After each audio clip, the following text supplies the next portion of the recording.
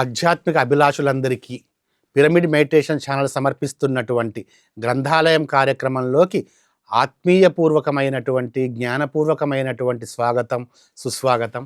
ప్రపంచంలోని అనేక ఉత్కృష్టమైన గ్రంథాలలో మహోన్నతమైన గ్రంథంగా విరాజిల్లుతున్న అద్భుత గ్రంథం చిత్ శక్తి విలాసం, ప్లే ఆఫ్ కాన్షియస్నెస్ అనే ఆంగ్ల గ్రంథానికి తెలుగు మాతృకగా విరాజిల్లుతోంది ఈ గ్రంథం. ఈ గ్రంథం స్వామి ముక్తానంద ఆత్మకథను తెలియజేయడమే కాకుండా ఆ మహనీయుడు కుండలిని జాగృతం చేసినప్పుడు ఆ కుండలిని జాగరణ వల్ల ఆ పరమేశ్వరి శక్తి ఎలాంటి అనుభవాలను, అనుభూతులను అందించిందో తేటతెల్లం చేస్తుంది.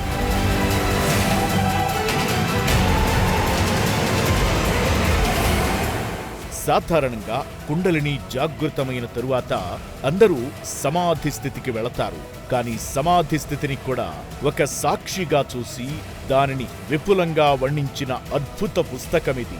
కుండలిని జాగృతం వల్ల ఆ పరమేశ్వరి శక్తి దాని యొక్క స్థూల సూక్ష్మ కారణ మహాకారణ శరీరాలలో ఎలాంటి అద్భుతాలు చేసి చైతన్య స్థితికి తీసుకెళ్లి అద్భుతాలను ఆవిష్కరిస్తుందో విశదీకరించిన ఈ గ్రంథం నేడు గ్రంథరాజాలలో ఒకటిగా విరాజిల్లుతోంది. స్వామి ముక్తానంద అనుభవాల సారాన్నంతటినీ క్రోడీకరించిన ఈ అద్భుత గ్రంథం నేటి గ్రంథాలయం కార్యక్రమంలో మీకోసం. నేను మీ ఎల్లాబక్షు. మనం గత 29 ఎపిసోడ్లుగా పిఎంసి ఛానల్ సమర్పిస్తున్నటువంటి స్వాధ్యాయ కార్యక్రమం గ్రంథాలయంలో భాగంగా స్వామి ముక్తానంద గారిచే విరచించబడినటువంటి చిత్శక్తి విలాసం అనే గ్రంథరాజం గురించి స్వాధ్యాయం చేసుకుంటున్నాము. ఈరోజు మన చిట్ట చివరి ఎపిసోడు. సో మీ అందరికీ కూడా ఇన్ని ఎపిసోడ్స్ వీక్షించి మీ యొక్క అమూల్యమైనటువంటి అవుట్పుట్ని మాకు అందించినందుకు మీకు ఎంతో ధన్యవాదాలు తెలియజేసుకుంటూ, ఇక చిట్ట చివరిగా మిగిలినటువంటి ఒకానొక అవగాహన సచ్చిన్మయి నీలిమ అంటారు. సత్ చిన్మయి నీలిమ అంటారు. అంటే ఏంటో మనం తెలుసుకుందాము. ఇది కూడా పూర్తిగా ముక్తానంద గారి స్వగతంగా మీకు చెప్పబడుతూ ఉంటుంది. సో ముక్తానంద గారికి నీల పురుషుడి యొక్క దర్శనం జరిగింది. తన పరమాత్మ దర్శనం తాను చేసుకున్నాడు. అలాగే మృత్యువు తాలూకు భయం కూడా సంపూర్తిగా తొలగిపోయింది. ఇది స్థూలంగా, ఆస్ట్రల్గా కాదు, స్థూలంగా కూడా పూర్తిగా తొలగిపోయింది. తనలో భయం ఏమాత్రం లేశమాత్రపు మృత్యు భయం కూడా పూర్తిగా వెళ్ళిపోయింది. మృత్యు భయం ఏ మానవుడిలో అయితే తొలగిపోతుందో అతనికి అమరత్వం కాక ఇంకేమి సిద్ధిస్తుంది మై డియర్ ఫ్రెండ్స్. అదే సిద్ధించుకున్నాడు. ఇప్పుడు అంతరంగంలోంచి ముక్తానంద గారికి ఒక ఆత్మ అనుభూతి తానంతట అదే కలుగుతూ ఉంటుంది. అంతరంగంలోంచి ఒక ఆత్మానుభూతి, పూర్తిగా అన్ని చక్రాలు యాక్టివేట్ చేయబడ్డాయి. కుండలిని యాక్టివేట్ అయిపోయింది. ఆ పరమశివుడు కుండలిని మాత దర్శనం కూడా జరిగింది. అంతకుముందు దేహో హం ఇతి, దేహము పరమాత్మ, దేహంలో పరమాత్మ ఉన్నాడు అన్న స్ఫురణ ఉండేది.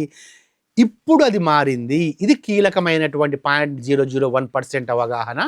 ఇప్పుడు ఏం మారింది అంటే శివోహం అన్న స్ఫురణ లోపల నుంచి వచ్చింది.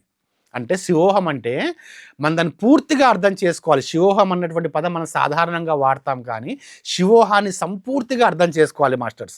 ఎస్, మనమే మహాశివులం, అది తెలుసు మనకి. అహం బ్రహ్మాస్మితో నేర్చుకుంటాం కదా, సోహంతో నేర్చుకుంటాం కదా. కానీ శివోహం అంటే ఏంటంటే సమస్త విశ్వంలో కూడా శివుడు ఉన్నాడు. ఏ పరమాత్మ అయితే ముక్తానందలో ఉందో అదే పరమాత్మ సమస్త విశ్వంలో కూడా ఉంది అన్న అవగాహన ముక్తానందకు కలిగినటువంటి ఈ క్షణంతో తను సంపూర్ణ పరిపూర్ణుడైపోతాడు. అందుకే ఆనంద పారవశ్యం ఎక్కువైంది. ఆ స్మృతులన్నీ సగుణ నీల పురుషుడు, ఆయన ఆశీర్వాదం ఉండడం వల్ల అదే నేను అన్న భావము ఇవన్నీ జ్ఞాపకానికి వస్తున్నాయి.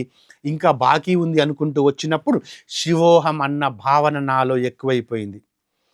ఆ నీలేశ్వరుడు ఎప్పుడు దర్శనం వస్తూ ఉన్నప్పుడు ఇది నా అంతరాత్మే కదా, దీని ప్రకాశమే విశ్వమంతా వ్యాపించి ఉంది, దీని యొక్క ప్రకాశమే విశ్వమంతా వ్యాపించి ఉంది అన్నటువంటి భావన తనలో లోపలంతా వ్యాపించింది. అందుకే అందరి లోపల ఉంటూ, ఈ భావనేనండి ఇక్కడ చాలా కీలకమైన భావన, అందరి లోపల ఉంటూ విశ్వమంతా వ్యాపించి అందరినీ అక్రియాశీలం చేస్తూ పూర్తిగా ఏకమేవా అద్వితీయం, ఏకమేవ అద్వితీయం. ఈ భావనతో కుండలిని జాగృత సాధన సంపూర్తిగా తను చేస్తాడు. స్వామి తనతో చేయించబడుతుంది ముక్తానందతోటి. ఏకమేవ అద్వితీయం అయి ఉండి కూడా అనంత రూపాలలో స్ఫురిస్తూ ఆ నీల బిందువే నా ఆత్మ అన్న జ్ఞానం నిత్యానందుడు కలుగుతూ ఉంటుంది. దానితో బాటే పరబ్రహ్మ పరమేశ్వరిలోనే భాసిస్తుంది అన్న జ్ఞానం కూడా, సకల జగత్తు కూడా అక్కడే ఉంది అన్న విషయం తెలుస్తుంది. దానితో పాటే ఒక అద్భుతమైనటువంటి అవగాహన జ్ఞానం స్వామి ముక్తానందలో కలుగుతుంది. అది తన మాటలలో మనం తెలుసుకుందాము. అంతిమంగా లాస్ట్ ఎపిసోడ్లో మనం తెలుసుకుంటున్నాము, ఎవరి అనుగ్రహం చేత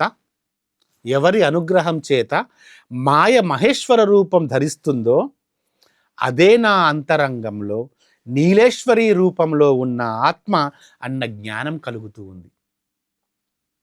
ఏ అనుభవంతో అయితే అందరికీ ఏమని కలుగుతూ ఉంటుంది, ఒక మాయ మహేశ్వరుడిగా ఉంది.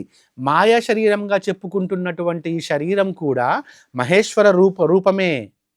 అందరి అంతరంగంలో కూడా నీలేశ్వరి ఉంది, నా అంతరంగంలో కూడా నీలేశ్వరి ఉంది, ఆ నీలేశ్వరిలో ఆత్మ ఉంది అన్న జ్ఞానం నాకు సంపూర్తిగా కలిగింది. విశ్వమంతటా వ్యాపించి ఉన్నటువంటి ఆ నీలజ్యోతి, అందరి యొక్క పరమ పవిత్రమైనటువంటి ఆ సాక్షి, అది మార్పు లేనిది. పరమాత్మ మార్పు లేనిది, అచంచలమైనది, సత్యమైనది, నాకు జ్ఞానోదయం కలిగించింది అయినటువంటి నీలిమ నా ఆత్మ అన్న జ్ఞానం కలిగింది. అందుకే సచ్చిన్మయి నీలిమ. ఏ నీలిమ అయితే నాకు దర్శనమిచ్చిందో ఆ నీలిమ సాక్షాత్తు నా ఆత్మ అన్నటువంటి జ్ఞానం కలిగింది. సూర్యుడిని మేఘం కప్పి ఉంచలేదు, ప్రత్యక్షంగా ఉన్నప్పటికీ అంధుడు కూడా చూడలేడు. అదేవిధంగా అందరి ద్రష్ట అయినటువంటి ఆ నీలిమ ప్రత్యక్షంగా ఉన్నప్పటికీ గురువు యొక్క కృప లేనిది కనిపించదు. క్షణంలో ప్రత్యక్షమవుతుంది, క్షణంలో మాయమవుతుంది. అందుకే ప్రతి ఒక్కరి యోగక్షేమాల గురించి తెలియచేసేది, తన కృపాజ్ఞానము చేత మొత్తం ప్రపంచాన్ని లయం చేసేది అదే నా సచ్చిదానందం అన్న విశ్వాసం నాకు కలిగింది. ప్రకాశాన్నే ప్రకాశింపచేసేది, జడంలో కూడా ప్రకాశించేది, దాని జ్ఞానం లేకపోవడం చేత జ్ఞానమే అసంపూర్తిగా ఉండేది, దాన్ని తెలుసుకోవడం చేత అన్ని సహజంగా అర్థమయ్యేది. అదే నేను, అదే మహాకుండలిని. అది జ్ఞానంతో పాటుగా బ్రహ్మజ్ఞానాన్ని కూడా ఎక్కువ చేస్తూ ఉంది. నాలోని కుండలిని పరాశక్తి సంపూర్ణంగా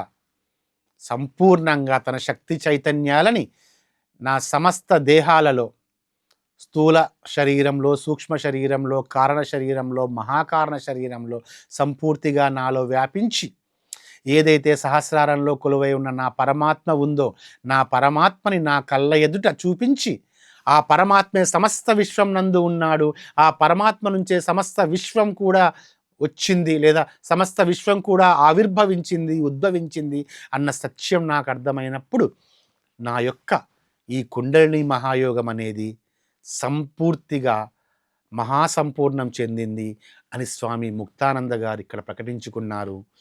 ఏ కుండలిని యోగాన్ని వారు వారి గురువు దగ్గర నుంచి గురుకృప ద్వారా అభినవించి సిద్ధ విద్య ద్వారా ధ్యాన అభ్యాసం ద్వారా వారు చేశారో అది మనందరికీ కూడా సాధ్యమే మాస్టర్స్. వారు చేశారు, వారు చేసింది మనం ఇక్కడ విన్నాము. లేదా ఈ సెషన్ అయిపోయి, ఈ ఎపిసోడ్ అయిపోయిన తర్వాత నేను మీ నుంచి కోరుకునేది ఏంటంటే, మీరందరూ కూడా ధ్యాన స్థితిలో ఉండండి, వారి యొక్క అనుభవాలు ఒకసారి మననం చేసుకోండి.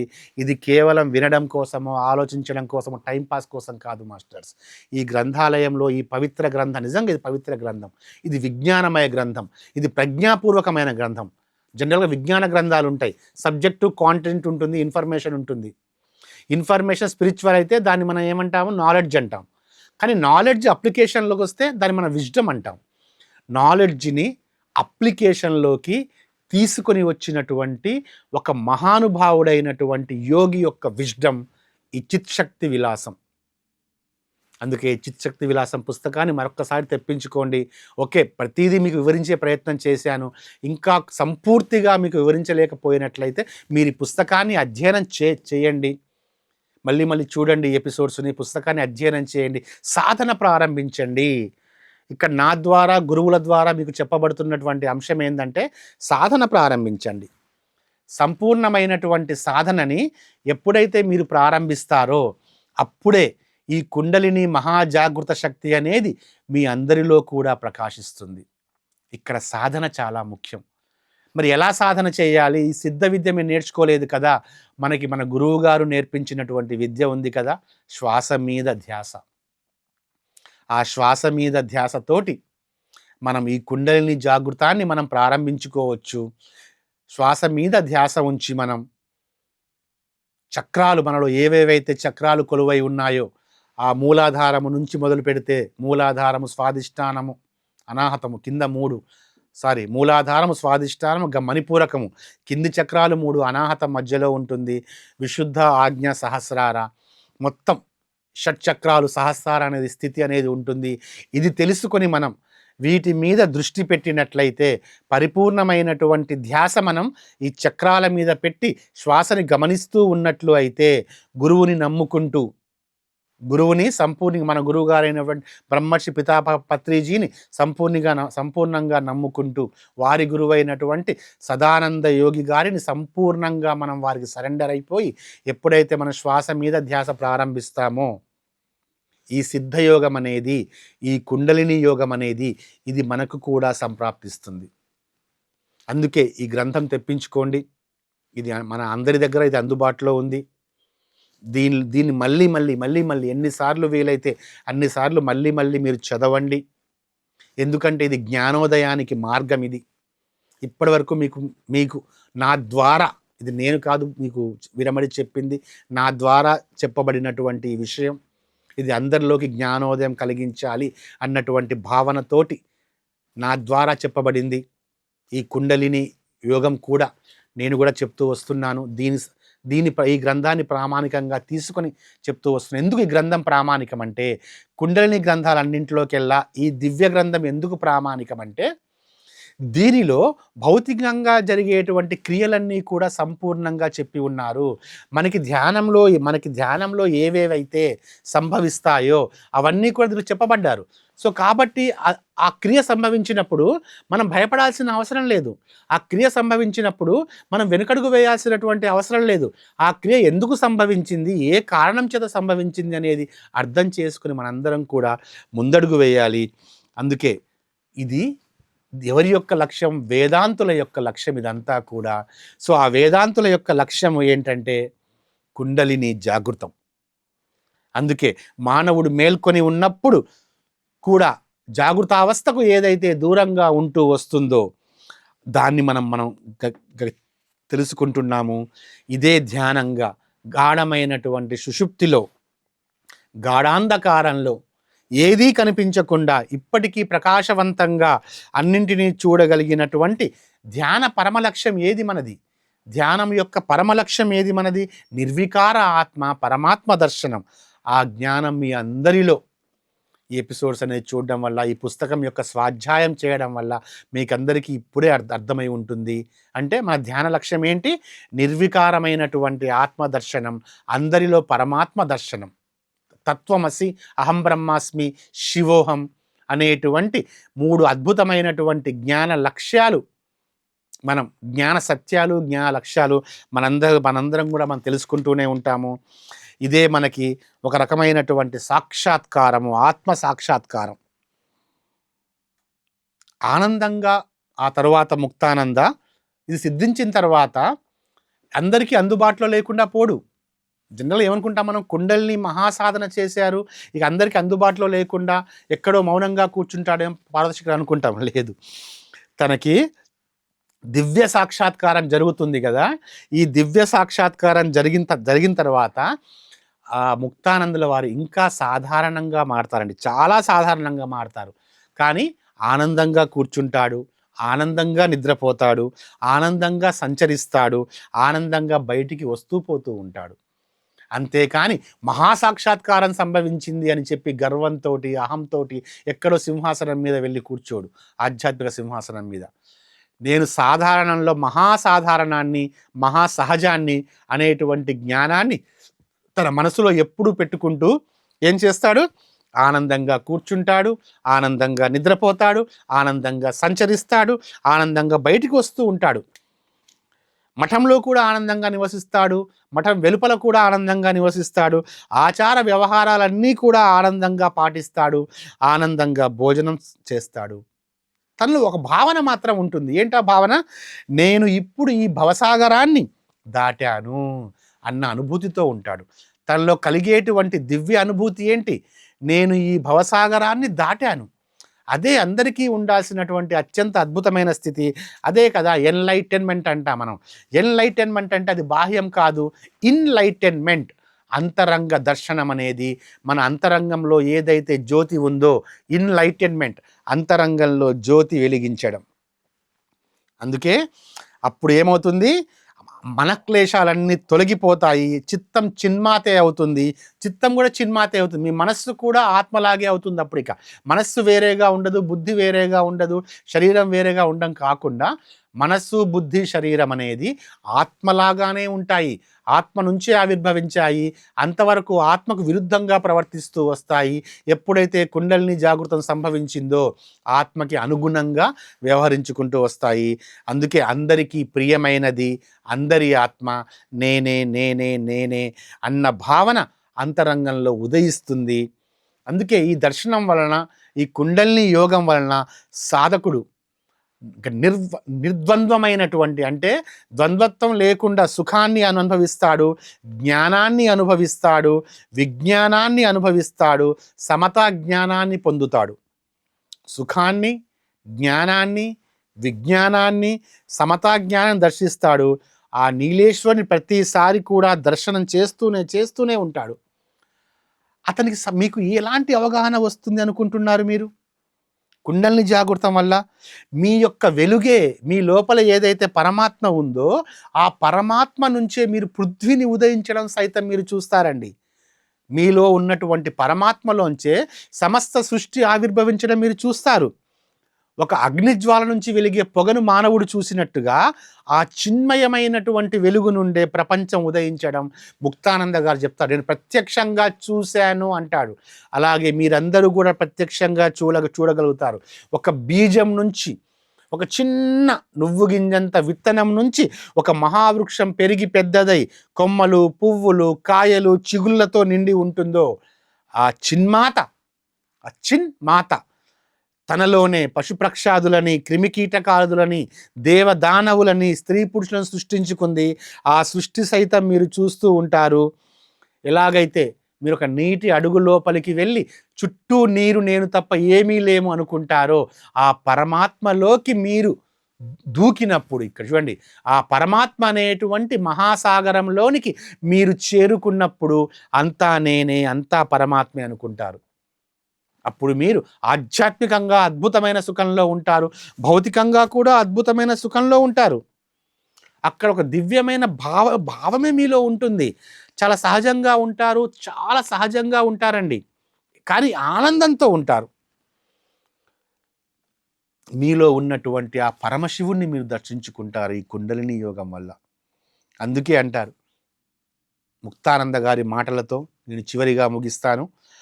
నేను ఇంతకు ముందు ఏ ముక్తానందుని ప్రతీక దర్శనం చేసుకున్నానో, ముక్తానందుడు ఒకసారి ప్రతీక దర్శనం చేసుకుంటాడు కదా, అంటే ముక్తానందుడు కూర్చొని ఉంటాడు, తన ఎదుట ఎవరుంటారు? ముక్తానందుడే ఉంటాడు.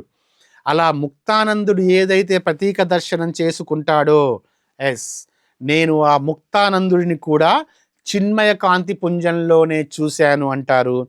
ఇప్పుడు తను ఏం చూస్తాడంటే, ముక్తానందుడు ధ్యానంలో కూర్చొని ఉన్నప్పుడు ఒకానొకప్పుడు ఏం చూశాడు?